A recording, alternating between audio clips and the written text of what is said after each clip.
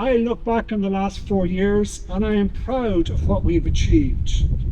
Reducing the loss of life during COVID, introducing a strong climate law, cutting public transport fares and starting an offshore and solar energy revolution that will not stop.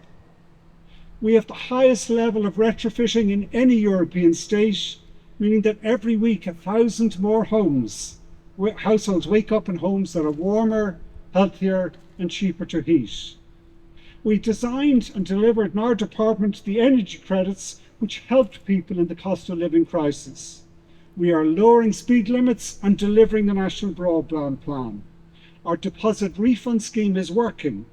We have built out cost rental housing. We recognise Palestine, and I've been a champion on the world stage for climate justice for developing countries. Only yesterday, we helped rescue and approve the written nature restoration law in Europe. It's an example of what you can do. I could go on. Even our harshest critics make the case about how much we are doing to turn the country green. One of my biggest regrets is that under my watch, a narrative was taken hold that we're not concerned about rural Ireland, that our solutions are costing people, and that we're not connected to the man and woman on the street. None of that do I believe to be true. Divisive politics will not work if we are to see the scale and speed of change that has to be made.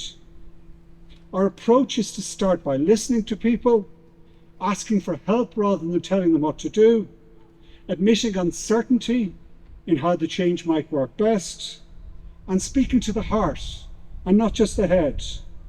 Because our motivation comes from a love of creation and our place within it. We seek benefits for every place and every community in the transition we need to make. Actually, working like before politics was spent in rural Ireland. I ran a tourism business. I know every highway and byway of north, south, east and west really. And even since being in office, and particularly the last 13 years as leader of the Green Party, I spent most of my time out around the country, which I loved. And we are absolutely connected to rural Ireland and see this as a transition for rural Ireland, for its prosperity and its security. So I just, as I said, one of the regrets I have is that narrative, that story is kind of out there as if it's true. I don't believe it is. I think it's our job then to kind of turn that story around and explain to people how it's not true. With regard to Ryanair, and well, sorry, you didn't mention, but on the other Blue Airlines, I had a meeting with Michael O'Leary recently, which I was very glad to have.